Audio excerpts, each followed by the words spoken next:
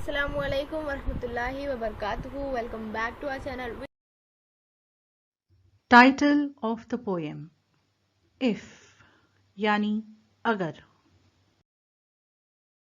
In this poem, a father advises his son and gives him important suggestions, which, if he follows, he can become a successful and good person.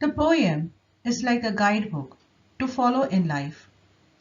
It shows the importance of all the qualities and virtues like patience, perseverance, rightful conduct, integrity, humility, self-control, tolerance, determination, confidence, and the value of time.